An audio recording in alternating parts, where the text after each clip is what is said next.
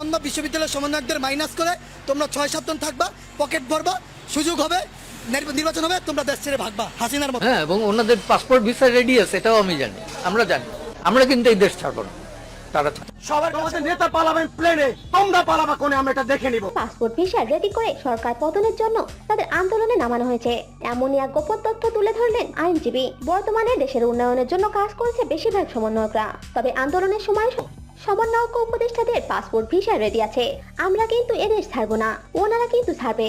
আন্দোলন শুরু করার আগেই সমন্বয়ক উপদেষ্টাদের এখন ইলিশের দাম ডাবল কেন, সাদাবাজ সিন্ডিকেটদের বিরুদ্ধে কেন মামলা হয়নি, ইলিশের দাম ডাবল হয় কেন?